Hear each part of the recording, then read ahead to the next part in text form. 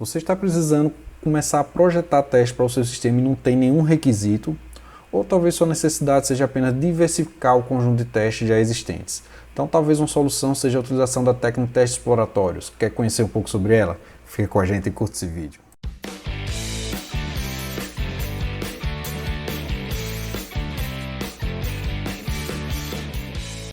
Fala pessoal, no vídeo de hoje vamos começar a falar sobre a técnica de testes exploratórios, uma técnica bastante útil, né, que eu gosto bastante, principalmente quando você vai para uma organização ou vai testar um sistema que ele não tem os requisitos documentados.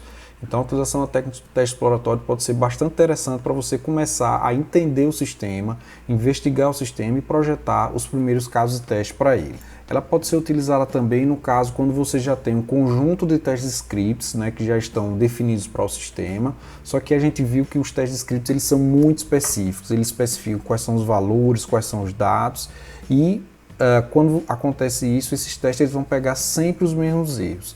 Então o teste exploratório permite planejar e construir e dar ao testador uma flexibilidade para que ele possa variar um pouco esses testes existentes e que já estão projetados no sistema.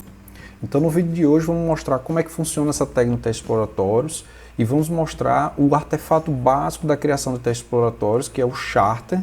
Então a gente vai chamar ele de charter, é uma maneira até diferenciada do caso de teste, porque o caso de teste normalmente ele é mais especificado, né, e o charter ele vai ser um pouco mais genérico para dar a liberdade que o testador precisa, mas também uma liberdade planejada, onde a gente sabe quanto tempo vai precisar. Então vamos falar sobre a técnica de teste exploratório e mostrar alguns exemplos de charters que podem ser criados aí para planejar a execução de sessão de teste exploratório. Então vamos lá. Então, antes de ir para o exemplo, né, vamos falar um pouco da definição do teste exploratório. Né? Então, eu trago aqui duas definições, né, que teste exploratório envolve simultaneamente você aprender, planejar, executar e também relatar os resultados. Então, numa sessão de teste exploratório, você vai estar aprendendo sobre a funcionalidade, você vai estar planejando o teste que você vai executar, inclusive planejando e dando ideia para próximas sessões de testes exploratórios. Você vai estar executando e na medida que você executa, você também está aprendendo, né, e relatando os resultados daquele processo de execução. A segunda definição é que testes exploratórios é o processo iterativo, onde você vai ao mesmo tempo explorar o produto, projetar e executar os testes. É uma técnica bem diferente das técnicas que a gente viu baseado em requisitos, né, que é o chamado teste scripting, onde eu já defino exatamente qual é o passo a passo. Então essa figura ela define muito bem em que ponto está o teste exploratório, né? Então eu tenho um teste script, que é aquele teste completamente especificado, onde eu tenho o passo a passo e os valores de cada passo que eu estou fazendo na execução da funcionalidade. Então qual é o valor esperado que eu tenho para cada passo que eu tenho, quais são os valores que eu tenho que dar entrada. Então o teste script ele coloca tudo e por isso que ele é tão preciso naquilo que tem que ser feito, que ele pode ser automatizado, né? Então a gente vai ver nos próximos vídeos aí como automatizar um teste script. Do outro lado, eu tenho o teste ad hoc, que é aquele teste baseado na intuição e na experiência do testador, mas por muitas vezes um teste executado sem muito planejamento. Então o teste exploratório ele está entre esses dois, né? Então ele não é nem tão script, né? Então ele não define o passo a passo como no teste script, mas ele também não é tão aleatório como o teste ad hoc. Ele também não é sem um planejamento do teste ad hoc, mas ele também tem um planejamento lá do teste script. Então ele fica aqui no meio do caminho, um teste onde você tem a liberdade do teste ad hoc, mas com o planejamento do teste script. Então o teste exploratório ficou bem famoso, né, com os projetos ágeis, né, projetos que muitas vezes eram construídos. A gente sabe que projeto ágil não quer dizer que é sem documentação, né? Mas a gente sabe que tem muito projeto que foi construído sem documentação adequada, né? Sem os requisitos documentados adequadamente, e o teste exploratório veio como uma alternativa para fazer o teste nesse software que não tinha toda essa documentação. Ele pode ser utilizado aí quando você vai fazer uma avaliação rápida, quando o software ele também está em constante mudança, quando você tem testadores que já possuem um alto conhecimento do domínio, então já sabem quais são os requisitos que devem ser testados. Quando não existe nenhuma base de teste, você pode estar utilizando o teste exploratório. E interações iniciais ali do desenvolvimento, também é bem interessante a utilização do teste exploratório. Outra maneira de utilizar o teste exploratório é quando você já tem um conjunto de testes já especificados, né, teste script. Então o teste exploratório vai servir aí para dar uma variabilidade em relação aos testes existentes. Então aqui a gente vai mostrar um pouco desse processo de teste exploratório, né? Então ele começa aí com a fase de pesquisa e planejamento, onde você vai definir quais são os escopos que vão ser definidos para fazer o teste. Uma prática que eu gosto muito de utilizar, né, é começar a definição e a escolha desses escopos através dos próprios casos de uso, né? Então, para cada caso de uso, é uma recomendação que eu coloco, você criar pelo menos um teste exploratório. Então, você pode ter vários testes script para cada caso de uso, mas aí você pode usar como essa definição inicial de escopo o próprio caso de uso. Isso não é regra, né? É só uma sugestão, porque às vezes, para quem está começando a executar teste exploratório, aí tem um pouco de dificuldade em definir quais são esses escopos. Mas aqui eu tenho um exemplo, né, do sistema de biblioteca, né? Então, por exemplo, nesse sistema de biblioteca eu defini 3 escopos, né? Então, movimentação, onde eu coloquei empréstimo, devolução e doação de livro, tudo isso como um único escopo. Aí eu coloquei livros, onde eu vou manter autores, manter editora, manter os próprios livros, e eu tenho usuários.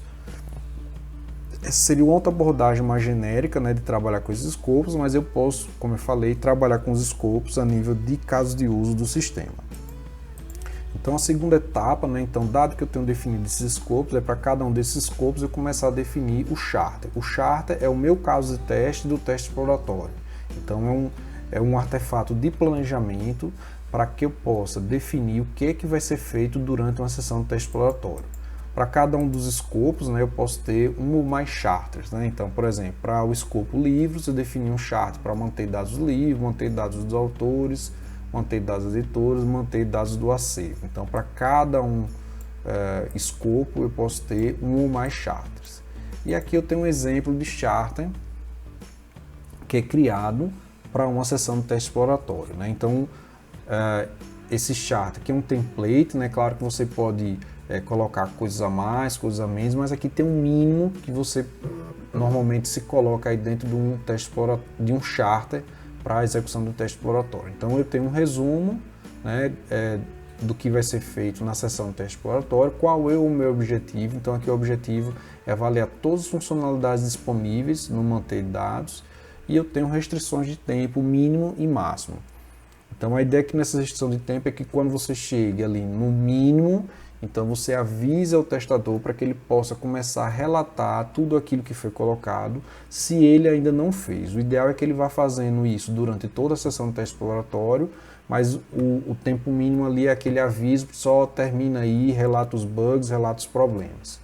Você pode ter requisitos, né? Então, como eu falei, o teste exploratório não é somente quando eu não tenho requisitos.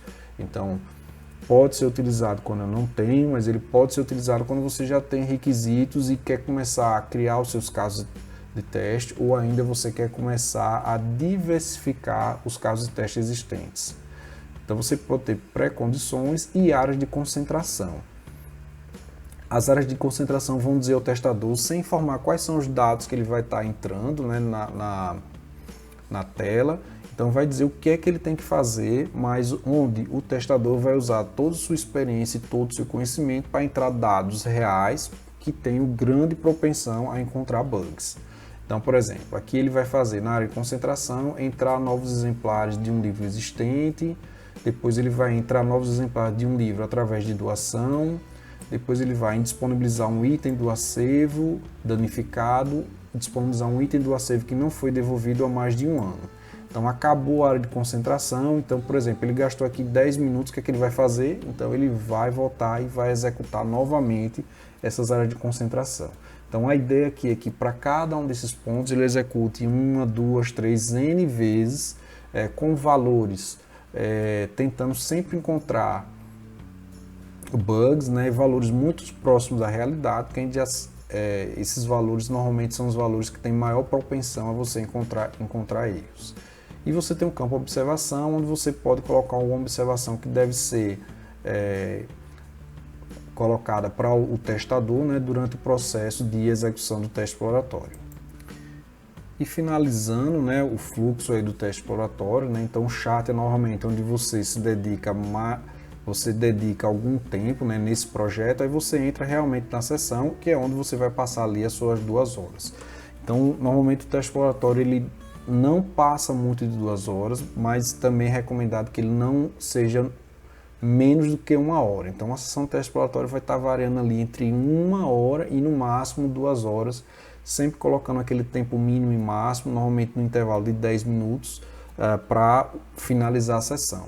Então, durante a sessão de teste exploratório, o testador, que ele é um investigador, ele pode estar conhecendo, ele pode estar colocando dados, tentando encontrar bugs, né? Então, durante essa sessão, ele vai anotando tudo aquilo que vai acontecendo, né? Então, ele pode fazer algumas anotações, então, por exemplo, coisas que ele notou, que pode ser utilizado, por exemplo, para novas sessões de teste exploratório. Então, por exemplo, ele achou que as áreas de concentração poderiam ser melhor exploradas, mas aí não houve tempo suficiente, ele pode anotar isso, com algumas sugestões de coisas que ele acha que poderiam fazer.